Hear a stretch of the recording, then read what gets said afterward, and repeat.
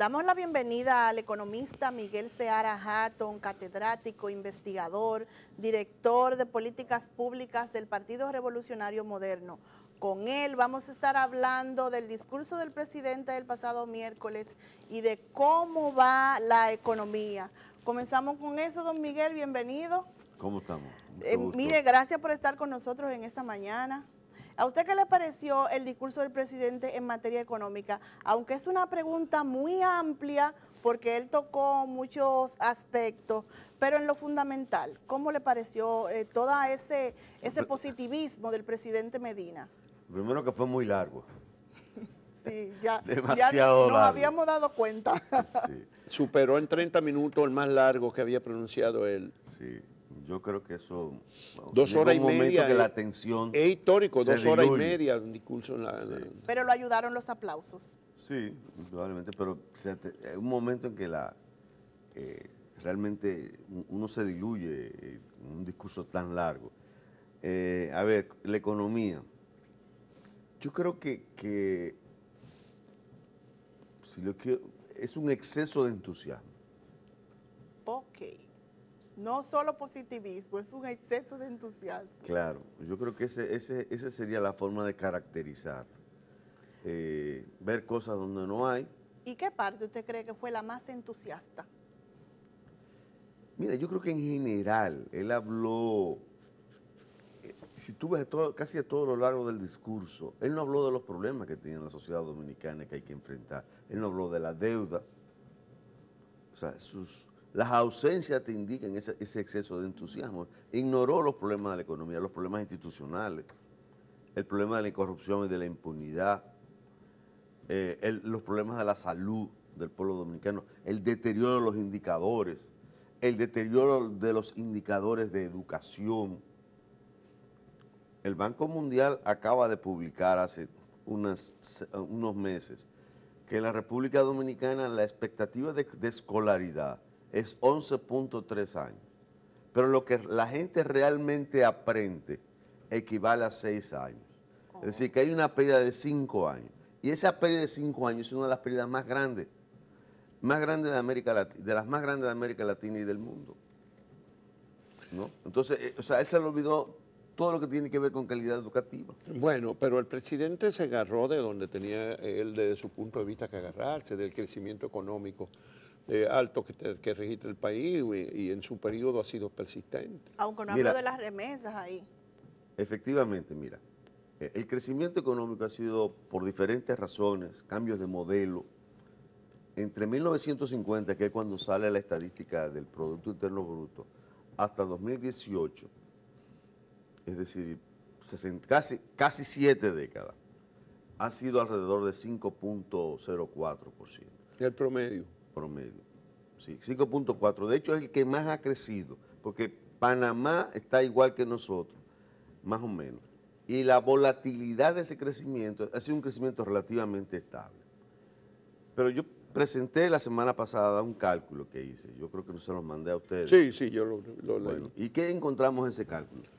Encontramos que cuando tú coges una serie larga, desde 1990 a 2017, y comparas el crecimiento económico y la educación y la salud, tú tienes que la República Dominicana es el 10º país del mundo que menos ha aprovechado las oportunidades de crecimiento. El 10º en el mundo. En el mundo, para mejorar la salud y la educación. Perdimos las oportunidades. Bueno, ya lo decía un estudio que ustedes hicieron y tú eras director, creo que ya entonces. Del PNUD, de Desarrollo Humano, y fue como en el 2005 fue. En el 2005, pero que ahora... decían que en 50 años era el país que más había desperdiciado las oportunidades de desarrollo, teniendo tan alto crecimiento en 50 años. Y nosotros hemos ido refinando el número, o sea, la metodología. Sí. De 2005 a 2017, 2005-2017, la posición de la República Dominicana es el 6º país.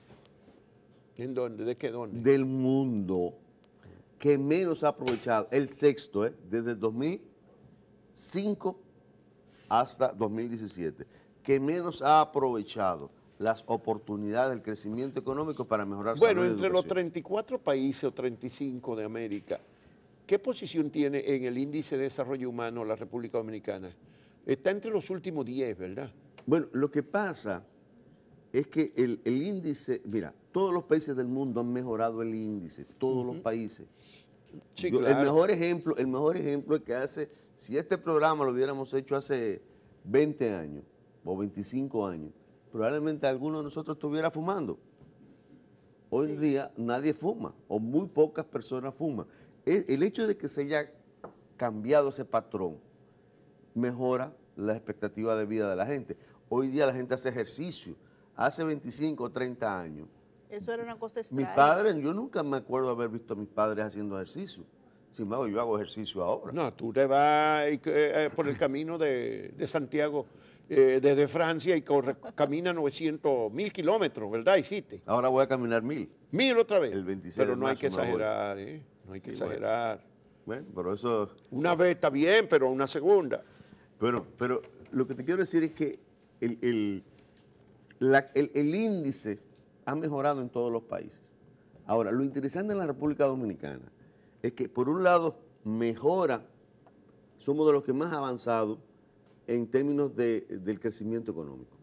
Pero ¿por qué a lo largo de esos años, esos índices, ese crecimiento no se refleja en la calidad de vida de los dominicanos? Porque nunca ha sido una...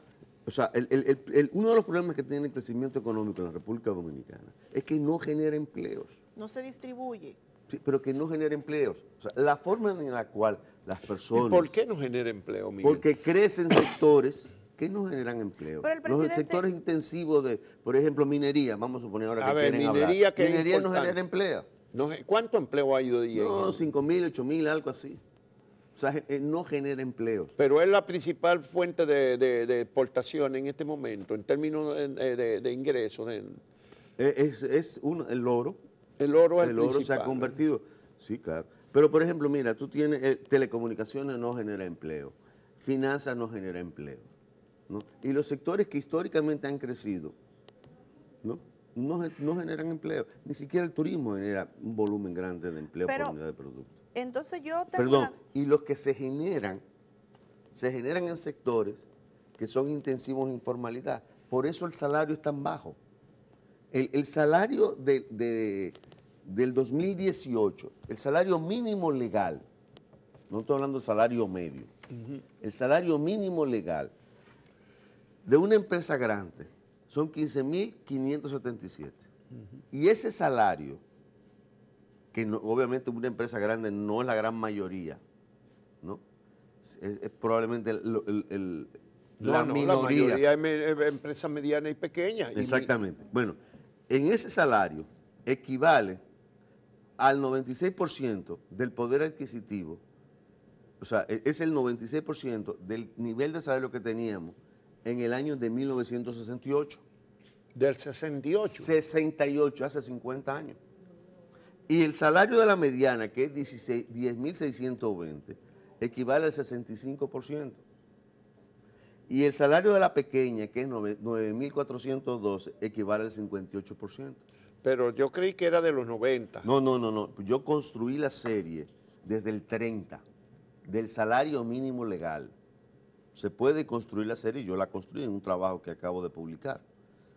Y el trabajo, o sea, al construir la serie, me di cuenta que el periodo donde mayor salario hemos tenido en la República Dominicana fue entre 63 y 68, que fue una época de una gran movilización social, donde se crearon... 63 a 68. Exactamente, donde se crearon los sindicatos, se crearon los partidos políticos, o sea, fue el periodo post-Trujillo. Sí. Y entonces eso permitió que subieran los salarios. Pero Entonces- ese nivel de salario nunca más se ha recuperado. Y el salario se ha convertido en el precio de ajuste de la economía.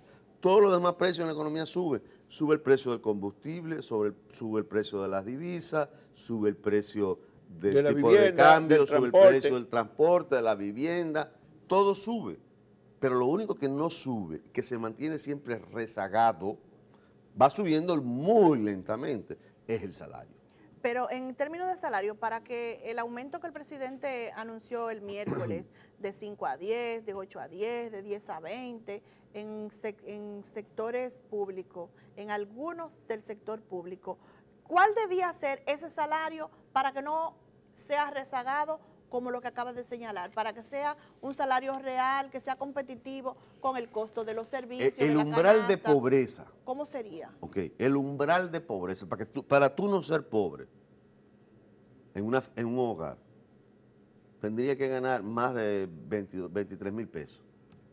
Más de 23 mil. Pero espérate, Por ni debajo siquiera- de 23 mil pesos en el hogar, es un hogar pobre. Pero ni siquiera el costo de la canasta familiar de los más pobres, que está en 13.500 más. 13.000.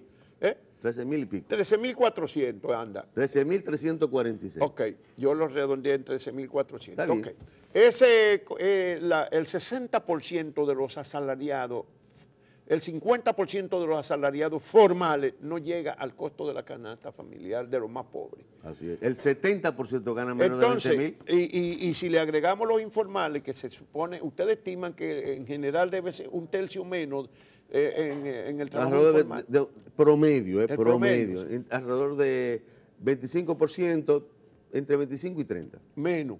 Entonces, habría que convenir que más de un 60% de los asalariados no llegan a cubrir el costo de la canasta básica. Entonces, ¿cómo es que se ha reducido tanto la pobreza? Bueno, ese es uno de los grandes misterios que se resuelve con cambios de metodología. De metodología de medirla. Porque inclusive, si tú te pones a ver el contexto del ¿Cuánto mundo, dicen los organismos internacionales? Que el que gana más de $3 ya no es pobre. bueno, lo que pasa es que nosotros hemos calculado en el país nuestra línea de pobreza nacional. Sí. Eso está bien, eso es normal, ¿no? Porque la línea de pobreza internacional es una línea para comparar, pero esta es la línea de pobreza nacional que se calculó. Pero eso es normal. Ahora bien, ¿qué ocurre? Que cuando tú comparas ese número con el contexto, ¿no? O sea, ¿cómo tú me vas a decir a mí? Hay mediciones que en agosto del año pasado decían que el 70% de los jóvenes querían irse del país. Suponte tú que no sea 70 y que sea 50. Es el más alto de América Latina. Sí, el más alto. El eso más es. alto. Entonces tú me vas a decir que después de ese crecimiento económico, más de la mitad de la población se quiere ir porque no encuentra oportunidades, porque se va por el canal de la Mona, Sí. con agua por adelante y agua por atrás. Bueno, todavía hablaban de incautación de una yola por día en lo que va del año, Sí, decía la semana Armada el pasada día lo dijo pasado. la Armada. Mira, el Latinobarómetro dice que el 59% de los dominicanos decía que el ingreso no les alcanzaba y tenían dificultades o grandes dificultades para completar el año. Y éramos el tercer país de América Latina. Estaba primero Venezuela y segundo Honduras. Y el tercero éramos nosotros.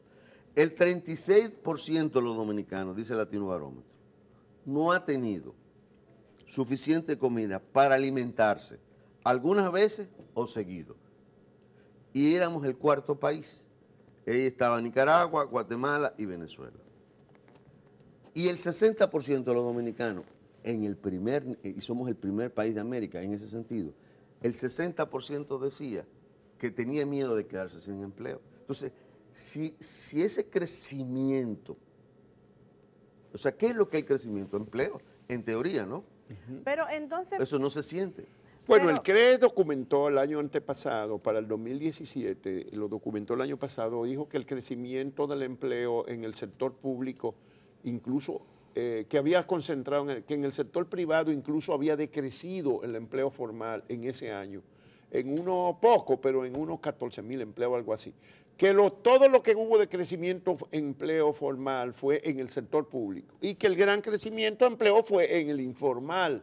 ¿Eso se sostiene para el año pasado todavía? Bueno, en el año pasado creció más o menos, número más o menos así redondo de cabeza, en 121,000 El empleo. el empleo, de los cuales como el 65-66% fueron empleos informales. Y dentro de los formales, el 40% fue empleo público.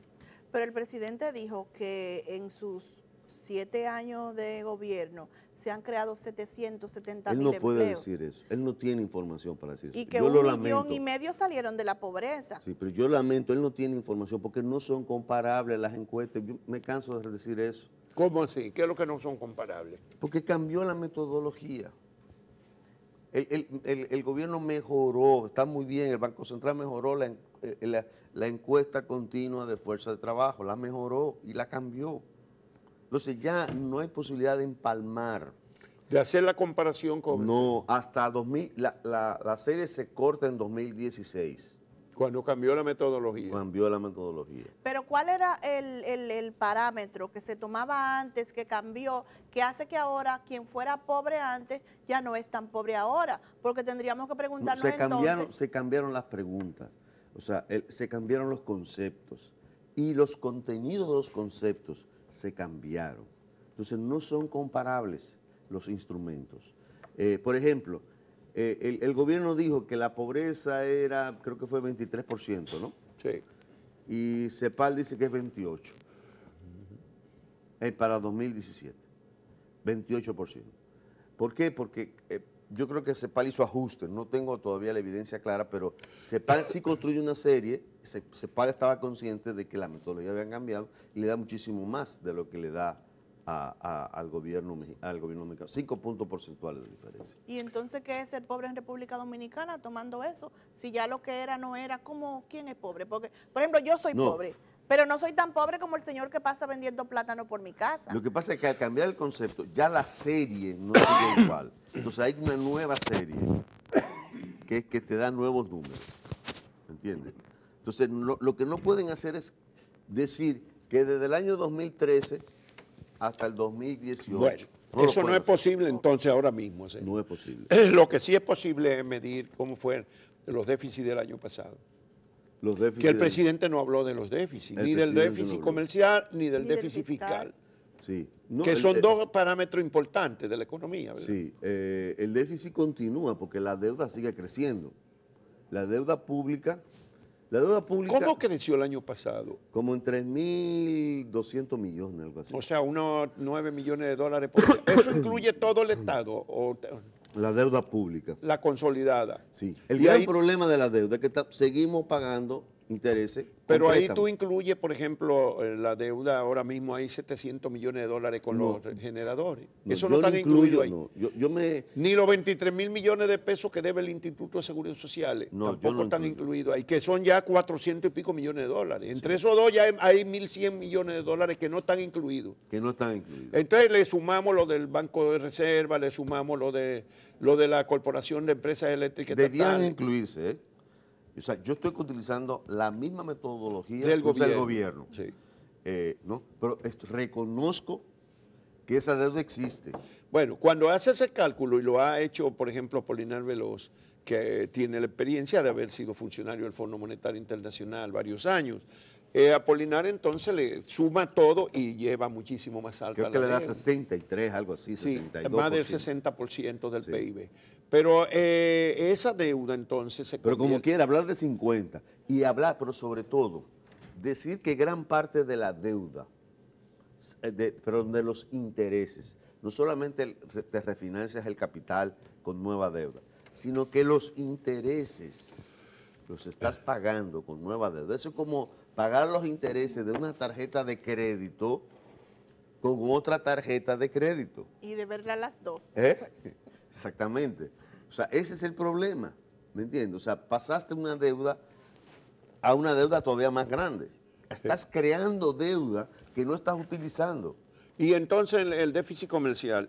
¿Y por qué el presidente no se le olvidó los 6.500 millones de dólares que aportó remesa y mencionó hasta los 2.500 de la inversión extranjera, pero se le olvidó la remesa? Sí, bueno, a ver, los dólares que están entrando están aumentando, pero en proporción al Producto Interno Bruto no está creciendo. Ojo. O sea, está aumentando la cantidad de dólares, sí, es verdad, pero en proporción al producto no crece. Se ha estabilizado, ¿me entiendes? No está aumentando, se ha ido reduciendo al contrario. Pero eso Y fue... por eso te explica el problema que tú tienes con presión de tipo de cambio. Pero el año pasado fue el año de las exportaciones y crecieron en un 7%. Pero sí, incluyendo las mineras. El tema es central. La minería no te genera empleo. La minería tiene dos problemas. Uno es el tema ambiental, que yo quiero llamar a la reflexión. A mí no me gusta cuando me comparan en el tema minero con Argentina, con Brasil, con México, Perú, que es un con gran Perú, país mineral. porque nosotros somos una isla. Y el impacto entonces Es mayor. diferente. En Naciones Unidas hay una cosa que se llama SIDS, Small Island Development State, el desarrollo de pequeños países insulares. ¿Por qué? Porque ese genera un ecosistema muy particular.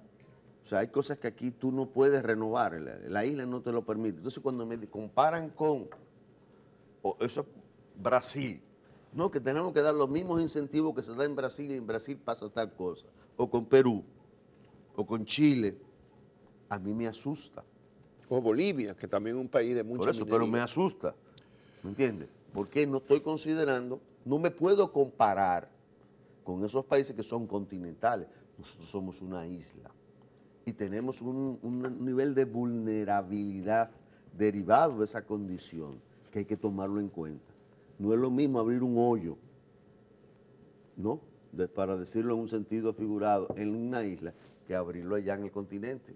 Pero no crecen las exportaciones, aún en el año de las exportaciones, crecen 7%. Las exportaciones no mineras. Pero no crecen suficientemente, No crecen. pero las importaciones sí. Porque así como creció 7% la exportación, las importaciones crecieron 14%. Eso es lo que dice el barómetro de comercio internacional de la Universidad Católica Madre y Maestra, que se publicó hace apenas una semana. Sí, ese es el centro José Luis Alemán. Exacto, y dice que está hecho en base a la información de la Dirección General de Aduanas, Así es. que se supone que es una fuente directa, ¿verdad?, Sí, de sí. exportaciones. Sí, sí. Pero se supone también que la relación comercial ahora con China iba a beneficiar a República Dominicana en el tema de las exportaciones. Mira, el problema no es acceso al mercado. República Dominicana tiene acceso al mercado americano, Y al mercado europeo europeo y ahora a los chinos. Pero en relación a los Estados Unidos, nuestras exportaciones no se han movido de la que más o menos siguen el mismo nivel que teníamos en el año 2005 y 2007. Bueno, después del acuerdo Tratado del de Libre DRK. Comercio. Exactamente. No se ha movido. Digo, se ha movido, pero negativamente para nosotros. O sea, que importamos más, crecieron las Claro, importaciones, nuestro pero déficit acumulado el déficit creció. es más o menos como 28 mil millones de dólares. Después del DRK. Entre Estados Unidos y República, el comercio Exactamente. con Estados Unidos. O sea, para nosotros es deficitario. En el resto de los países no es deficitario. Y el resto de los países de la región, de los países del DRCAPTA, las exportaciones han aumentado. ¿Y por qué menos nosotros somos deficitarios? Porque nosotros ¿Qué es lo que tenemos- no tenemos para ofrecerle a esos mercados? No, es que tenemos muchos costos. O sea, esta es una economía muy ineficiente. Y la ineficiencia empieza por la falta de institucionalidad. Y todo el tema de la corrupción. O sea, la corrupción y la impunidad es un costo. Alguien tiene que pagarla. ¿Y cómo se paga? Bueno, en el lío que tenemos en el sector eléctrico. Eso es un costo que hay que pagar. Sí. En el problema de transporte. Sí, pero ustedes en el PRM no quisieron firmar el pacto eléctrico. Bueno, ahí no hay ni un punto, ni una coma, ni un acento, ni una tilde que se le deba al PRM. El PRM se retiró el 26 de enero de 2016 y dijo que se retiraba porque no había transparencia. El PRM pidió una cantidad de información vinculada a los estados financieros, claridad sobre la Catalina, sobre las licitaciones. Y Y esa no se la información no apareció. Entonces, el PRM no tiene nada que ver en ese entierro. O sea, ¿cómo es que dice? Que no tiene vela en ese entierro. ¿Me entiendes? O sea, no tiene ninguna vela. Entonces, ¿cuál es el problema? O sea, y ahora el PRM entiende, todavía seguimos sin tener estado financiero.